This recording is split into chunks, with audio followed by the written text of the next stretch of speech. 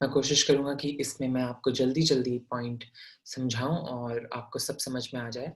अगर आपने अपनी पुरानी वाली क्लास ढंग से करी है, अगर आपने समझा है सब कुछ, तो आपको ये रियलाइज़ होगा कि अब जो हम ग्लॉसरी पढ़ने जा रहे हैं, ये हम पहले ही पढ़ चुके हैं। ये सारी चीज़ें हम जब पोएम समझ रहे थे, हम तभी उनको कवर कर चुके हैं। इसलिए मैं आपको जल्दी-जल्दी ग्लॉसरी से लेकर उसके बाद हम जाएँगे और बात करेंगे ग्रामर के बारे में और बाकी आपका सारा पोर्शन समझेंगे।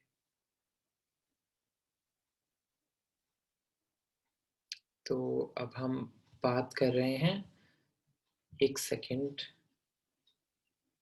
हाँ, ठीक है। मैं आशा करता हूँ कि आपको मेरी स्क्रीन अब दिख रही होगी। तो अब सबसे पहले हम बात करेंगे ग्लॉसरी की। तो सबसे पहला वर्ड है ग्लॉसरी में यील्डिंग, जिसका मतलब मैं आपको कविता के दौरान भी समझा चुका हूँ, जिसका मतलब होता है टू प्रोड्यूस और प्रोवाइड, किसी चीज़ को बनाना या किसी चीज़ को किसी को बाँटना, देना। अगला शब्द है ग्लिसन, ग्लिसन का मतलब होता है चमकना। उसके बाद जो हमारा नेक्स्ट वर्ड है वो है पिक्चर, और पिक्चर होता है एक लार्ज क्ले कंटेनर, एक बड़ा-सा कंटेनर जिसके अंदर आप कुछ भी सामान भर सकते हैं, लेकिन वो क्ले का बना होता है, मिट्टी का बना होता है, लेकिन हमारी कविता में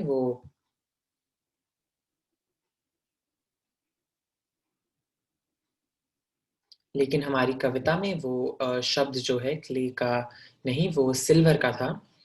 उसके आगे है next word demon. Demon is an evil spirit, a person who does very well और with a lot of energy. एक इविल स्पिरिट जिसका मतलब होता है कि जैसे अच्छाई होती है, हम अच्छाई फरिश्तों में मानते हैं, कल्पका जैसे एक फरिश्ता था, वैसे ही जो उसका उल्टा होता है वो होता है एक डीमन, एक बुरा इंसान जो बहुत ही हर चीज़ जल्दी-जल्दी कर सकता है और जिसमें बहुत एनर्जी होती है, जैसे इसमें एक दूसरा मतलब डीमन का बताया गया है। लेकिन हमारी कविता में इसका जो मतलब है वो है एक इविल, एक बुरी आत्मा, एक बुरा करना, इसीलिए इसमें एक डीमन के तरीके से वो सब कुछ जल्दी-जल्दी सोना ढूँढने की कोशिश कर रहा था। मुझे लग रहा है मैंने I have missed a word, मैंने एक शब्द मिस कर दिया है, जो है वेसल, जिसका मतलब होता है utensils for holding something, a large ship और a boat, a tube that carries blood through body of the person और एन एनिमल। ये भी मैं आपको पहले समझा चुका हूँ। एक यूटेंसिल जिसमें आप कुछ रख सकते हैं, एक लार्ज शिप या बोट, जैसे जो टाइटैनिक जो डूब गई, मैंने आपको समझाया था, वो एक बहुत बड़ा वेसल है, उसमें बहुत कुछ आ सकता है और वो पानी में होता है। उसके बाद अगला है एक ट्यूब दैट कैरीज ब्लड, जो हमारे अंदर एक इंसान के अंदर खून जो एक जगह से दूसरी जगह ले जाते हैं, वो भी ब्लड वेसल्स होते हैं, उनमें खून होता है। और हमारा लास्ट वर्ड जो है वो है शर्क, जिसका मतलब होता है कि to avoid doing, you should do, specially because you are too lazy, कि हमें एक ऐसी चीज़ जो हमें करनी चाहिए लेकिन हम नहीं करते क्योंकि हम बहुत लेजी हैं। इंग्लिश में उस इसी शब्द को प्रोक्रेस्टिनेशन भी कहते हैं। प्रोक्रेस्टिनेशन जिसका मतलब होता है कि जैसे अगर मुझे पढ़ना है और मेरा मन नहीं कर रहा पढ़ने का, तो मैं जितना हो सके उतना पीछे डालता जाऊँगा। आप भी करते होंगे कि अभी मन नहीं है, बाद में पढ़ेंगे। तो उस चीज़ को the activity of delaying something that you are supposed to do is called shirking it of.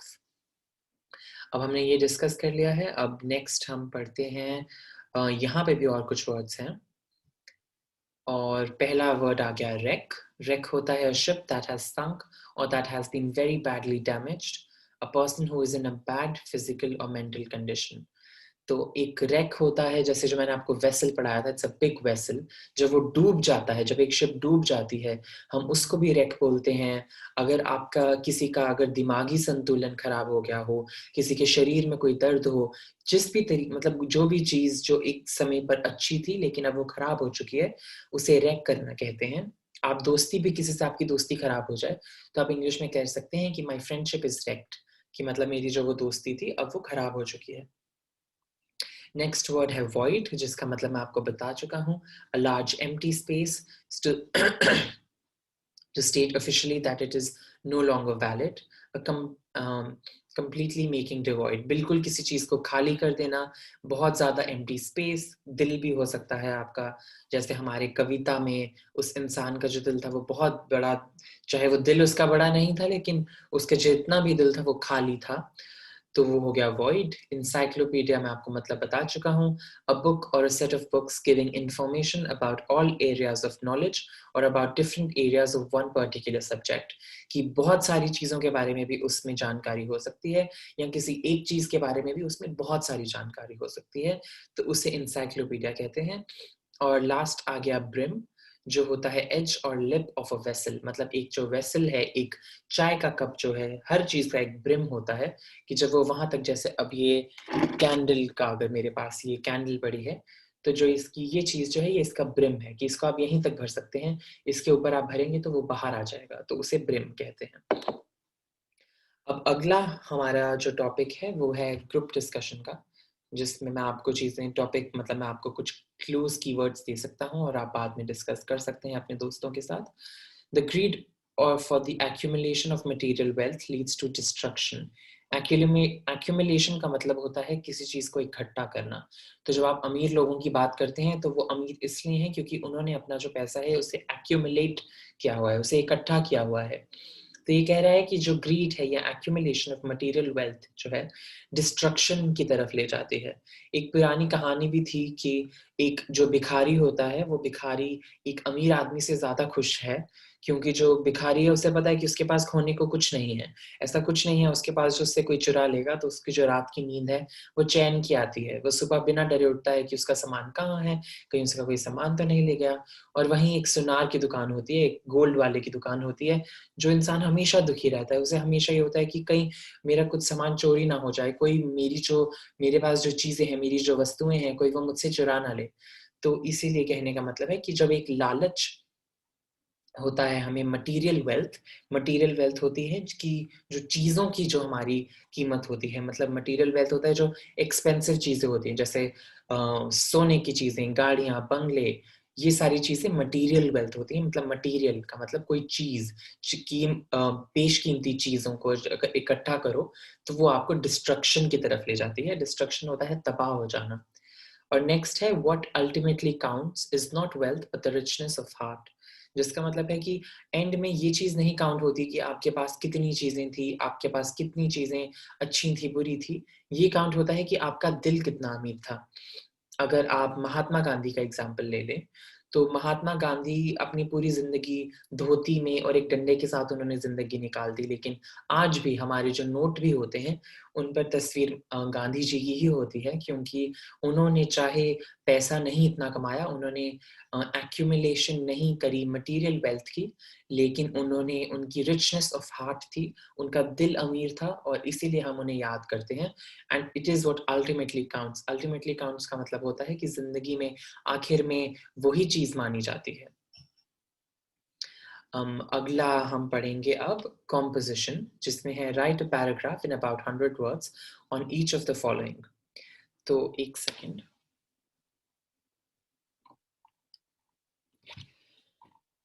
हाँ, तो अब अगला हमारा है right a paragraph in about 100 words on each of the following. And हमारी क्वेश्चंस क्या हैं? पहला है a rich mains empty heart. एक अमीर इंसान का खाली दिल. तो अगर आप किसी का भी, कोई बहुत अमीर आदमी के बारे में आप सोचिए, आप ये देखेंगे कि हर कोई, मतलब usually people say that richer the man smaller is the heart, कि जिसके पास जितना ज्यादा पैसा होता है वो उतना ही दिल से गरीब हो जाता है.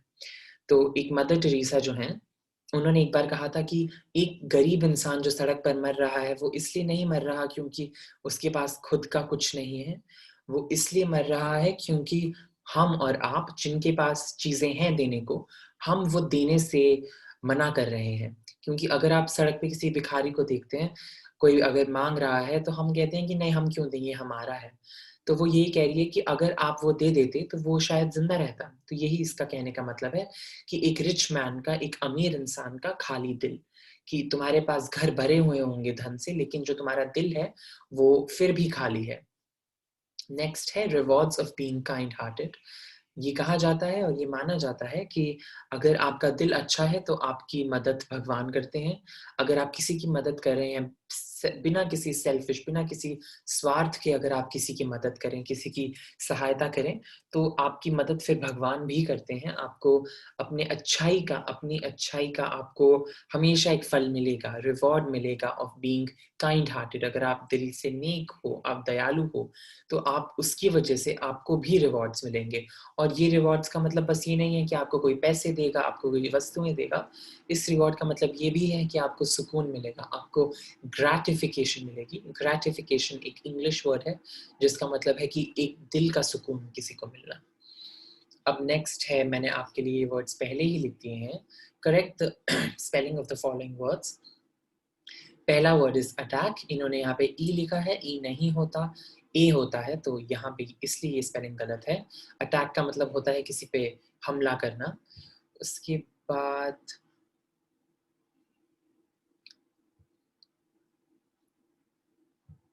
एक सेकेंड, ठीक है, तो यहाँ पे अटैक ए नहीं होगा, यहाँ ए आएगा, ई नहीं होगा। नेक्स्ट वर्ड है अपील। अपील होता है दरख्वास्त करना। यहाँ पे इन्होंने एक पी नहीं डाला है, तो वहाँ पे एक पी आ जाएगा यहाँ पर। सॉरी, गलत कर रहा हूँ मैं थोड़ा। तो यहाँ एक पी की कमी है, इसलिए अपील एक एक्स्ट्रा पी यहाँ आ जाएगा जो मैंने लिखा है। उसके बाद है स्टेटमेंट। इन्होंने यहाँ पे स्टेटमेंट में ए लिखा है, स्टेटमेंट में ई होता है। स्टेटमेंट का मतलब होता है कुछ स्टेट करना, कुछ अपनी बात रखना, तो उसे स्टेटमेंट कहा जाता है। स्टेट अगर आप सोचें तो स्टेट होता है राज्य। मैं जम्मू और कश्मीर राज्य का हूँ, आप बिहार राज्य के हैं, लेकिन स्टेटमेंट होता है, दो शब्दों से बना है, स्टेट से और मेंट से, और इसका मतलब होता है कि कुछ बात आगे रखना, कुछ कहना। उसके बाद है बिगिन। बिगिन होता है किसी चीज़ की शुरुआत करना।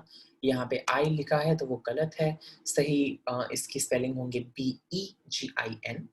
उसके बाद है चेंज। चेंज होता है बदलाव, और इन्होंने ई लिखा है, हमारा यहाँ ए आएगा। उसके बाद इन्होंने लिखा है कंपेयर, और होता है कंपेयर, ए होता है। इन्होंने ई लिखा हुआ है, यहाँ पे COMPARE होगा, यहाँ ई आएगा और ये ए आएगा।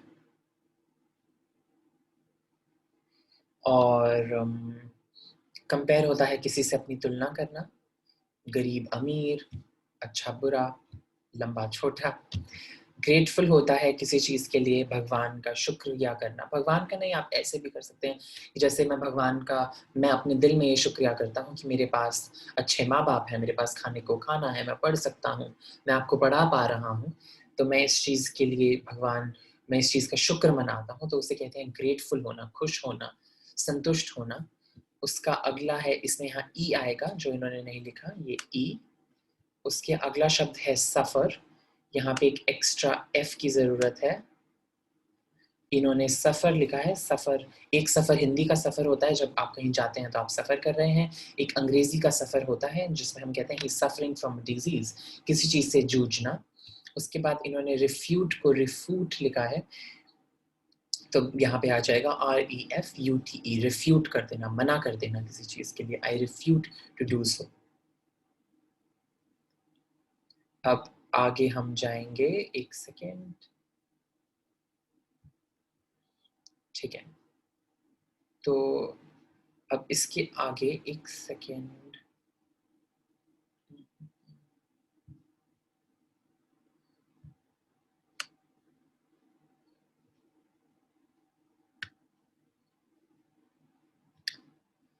परफेक्ट।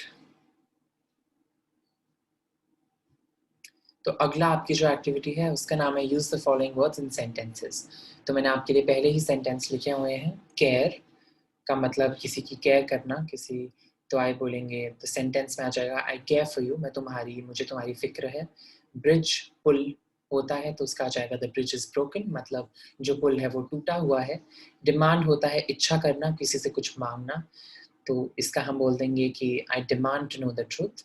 इस डिमांड का मतलब ये भी होता है और ये भी होता है कि जब कोई चीज़ बहुत ही डिमांड में हो, जैसे a new car is in demand, कि हर किसी को वही चीज़ चाहिए। और अगला शब्द आ गया है हमारे पास होप। होप होता है इच्छा, आशा करना, तो हम लिखेंगे I hope to be successful. यहाँ पे आ गया होप। गार्ड होता है रक्षा करना, तो guard the house when I am gone, जब मैं घर से गया होऊंगा तो घर की सुरक्षा करना, रक्षा करना। फाइट आपको पता ही होगा, फाइट होता है लड़ना। और उसका शब्द आ जाएगा ब्रदर्स शुड नॉट फाइट, भाइयों को नहीं लड़ना चाहिए। मेरी माँ मुझे बोलती रहती है, बट मैं और मेरा भाई फिर भी लड़ते हैं। आप भी लड़ते हो क्या अपने भाई बहन से? प्रॉमिस होता है किसी से वादा करना, I promise to protect you.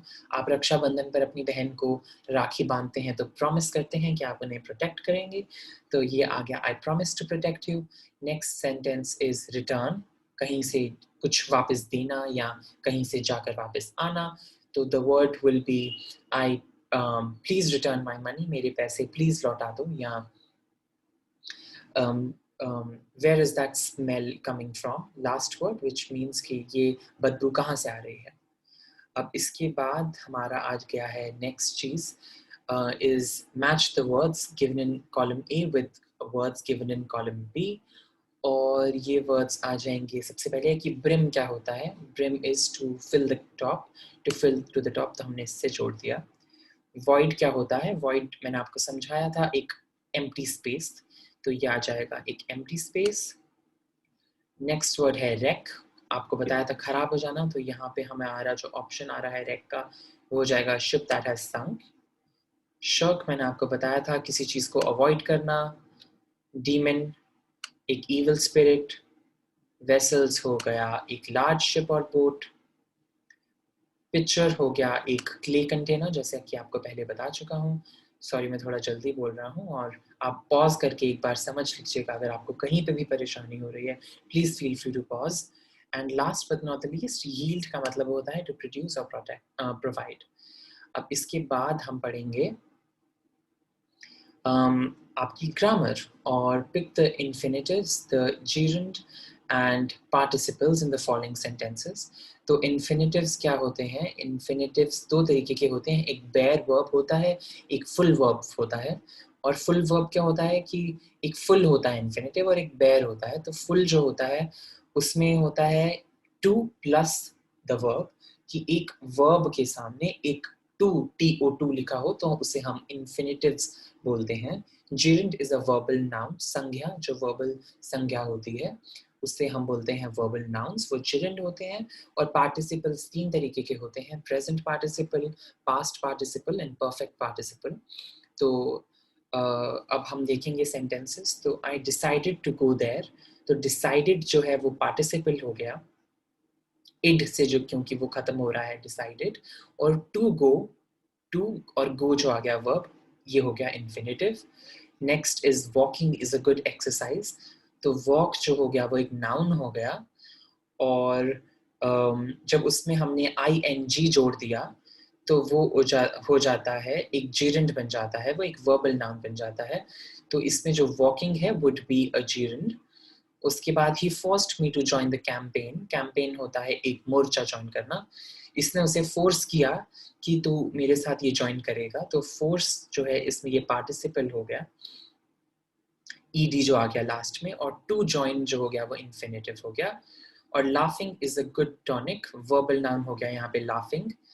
और हाँ, तो अब इसका, अब हमने ये, मैम मुझे पता है मैं जल्दी जल्दी बोल रहा हूँ थोड़ा, लेकिन मुझे बताया गया है कि मैं क्योंकि छोटे ही लेसन्स होते हैं, जैसे मेरी भी क्लासेस छोटी होती हैं और ज़्यादा समझाएं तो मैं समझ पाता हूँ ढंग से, लेकिन अगर आपको कोई भी चीज़ समझ नहीं आई है तो आप प्लीज़ वीडियो को वहीं पे रोक लें और एक बार फिर से देख लें। और अब जो आ गया हमारा next part is look at the following sentences and find out the rhyme. Rhyme होता है जब दो सेंटेंसेस के जो अंत है वो एक तरीके की आवाज हो। Content, went, gold, seven fold, mad, bad. तो अब इन्होंने हमें ये बोला है कि आप जो ये इन्होंने वर्ड्स दिए हुए हैं यहाँ पे, इन वर्ड्स के साथ यहाँ पे आप कुछ ऐसे शब्द लिखें जो इनसे राइम होते हैं, जो किताब से हैं, अपनी कविता से हैं, और यहाँ पे कुछ ऐसे शब्द अपने मन से लिखें।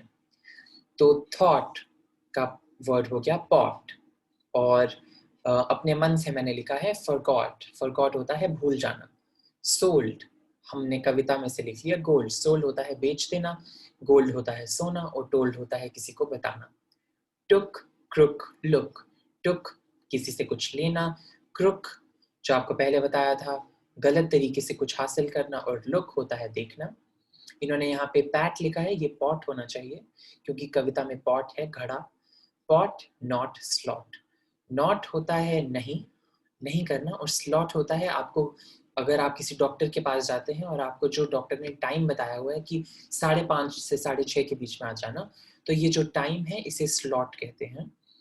और पर्स होता है बटुआ जिसमें आप पैसे रखते हैं, और कर्स होता है श्राप जो मैंने कविता से लिया है, और नर्स होती है जो हॉस्पिटल में आपका ध्यान रखते हैं। 7 होता है नंबर 7, 7 गिवन रेवन। गिवन होता है कि कुछ देना, या given, it is a given. इसको हम ऐसे भी यूज करते हैं कि कोई चीज जो हमें पता है कि ये ऐसे ही होगी, तो it is a given that India is a country. हमें पता है कि इंडिया एक कंट्री है, या it is given to me, ये मुझे दिया गया है। और रेवन होता है काला कौवा, जैसे कौवा होता है वैसे ही एक पक्षी होता है जिसे रेवन कहते हैं। उसके बाद है ब्रिम, मुंह तक भर देना। हिम, किसी लड़के की तरफ कुछ बोलना। और स्लिम, पतला होना। तो अगला हमारा जो लास्ट पार्ट है इस चैप्टर का, उसमें है ट्रांसलेशन। हमें हिंदी के सेंटेंसेस को इंग्लिश में ट्रांसलेट करना है। तो पहला सेंटेंस है मेरी माँ दयालु है। मेरी माँ दयालु है को हम इंग्लिश में बोलेंगे माई मदर इज काइंड। मेरी माँ दयालु है। काइंड का मतलब होता है दया करना। वो सुबह टहलती हैं। वो सुबह टहलते हैं को हम इंग्लिश में बोलेंगे they go for a walk in the morning. Morning हो गया दिन, टहलना हो गया वॉक। उसके बाद आखिरी कुछ सेंटेंसेस हैं जिसमें है तुम्हें आराम करना चाहिए। You should rest. रेस्ट होता है आराम, तो आप बोलेंगे यू शुड रेस्ट। फिर है वह कलम से लिख सकती है। कलम होता है पेन, तो हम बोलेंगे कि she can write with a pen. Patna Bihar की राजधानी है। राजधानी को इंग्लिश में कहते हैं कैपिटल, तो हम बोलेंगे Patna is the capital of Bihar. Next sentence is Patna Ganga के किनारे बसा हुआ है। तो ये कह रहा है कि जो पटना शहर है वो गंगा के किनारे है, तो इंग्लिश में हम इसे बोलेंगे कि the Patna city is at the shore of river Ganga. शोर SHORE को नदी का किनारा कहते हैं।